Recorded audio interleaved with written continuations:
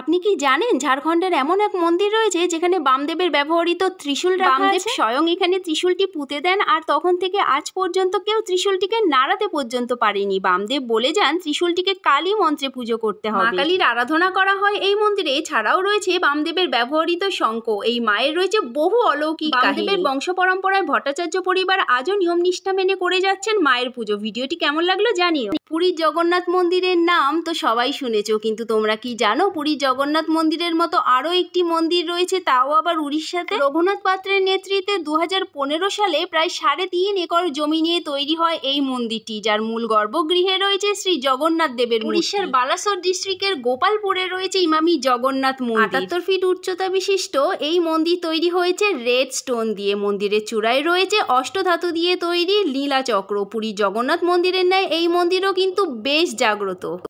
এখানে মায়ের মূর্তি দেখলে শরীরে শিহরণ জেগে ওঠে। কি অদ্ভুত সুন্দর মায়ের। কলকাতার মাত্র কয়েকটি জায়গায় মা সারা বছর থাকেন, তার মধ্যে মেট্রোপলিটন দুর্গাবাড়ি অন্যতম। এখানে মায়ের পুজো দেখলে দুর্গাপুজোর সেই 5টা দিনের কথা মনে পড়ে যায়। ভিড় ঠেলে প্যান্ডেলে প্যান্ডেলে ঘোরা, সারা রাত জেগে নতুন জামা কাপড় পরা, খাওয়া দাওয়া। কি তোমাদেরও মনে পড়ে গেল তো? আর তো মাত্র কিছু দিনের অপেক্ষায়।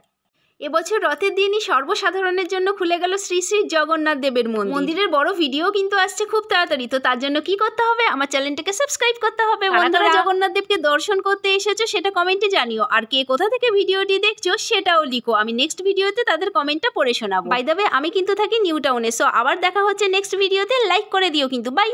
কি অবাক হচ্ছেন তো? একই মূর্তিতে শ্রীকৃষ্ণ এবং মা কালী বিরাজ করছেন এই মন্দিরে। শান্ত পরিবেশে খুব সুন্দর করে কারুকার্যের মাধ্যমে ফুটিয়ে তোলা হয়েছে এই মন্দিরের প্রত্যেকটি কোণায় কোণায়। প্রতিদিন আনাগোনা হয় বহু ভক্তের এই মন্দিরে। এসেছেন নাকি কখনো? নিত্য পুজোর পাশাপাশি এখানে আরতিও হয় প্রতিদিন। দক্ষিণ কলকাতার কেওড়াতলা মহাশ্মশানের কাঠের চুল্লির ঠিক পাশেই অবস্থিত এই কৃষ্ণ কালী মন্দির। Subscribe for more. বাই।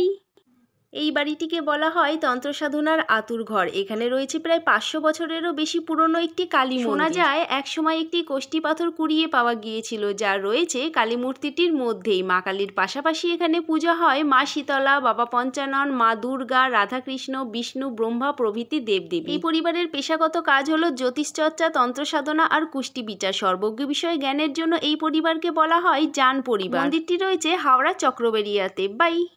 1785 সালে তৈরি হয় এই পরপর 3টে শিব মন্দির। উত্তর ভারতের মহেশ্বরমের আদলে তৈরি করা এই মন্দিরটি দেবান তিলকরাম পাকরাশি। প্রায় 5 ফুট হাইটের 3টি শিবলিঙ্গ রয়েছে এই 3টি মন্দিরটিতে। লাল রঙের এই মন্দির 3টি রথের আকারে তৈরি। মন্দিরের চূড়াগুলি দারুণ কারুকার্য করা। মন্দিরের প্রত্যেকটি চূড়ায় রয়েছে ত্রিশূল। গোটা শ্রাবণ মাস জুড়ে চলে বাবার বিশেষ পুজো। মধ্য কলকাতার বউবাজার অঞ্চলের ফিরিঙ্গি কালী মন্দিরের ঠিক উল্টো দিকে রয়েছে এই নবরত্ন শিব মন্দিরটি। পারলে একবার ঘুরে আসুন। বাই।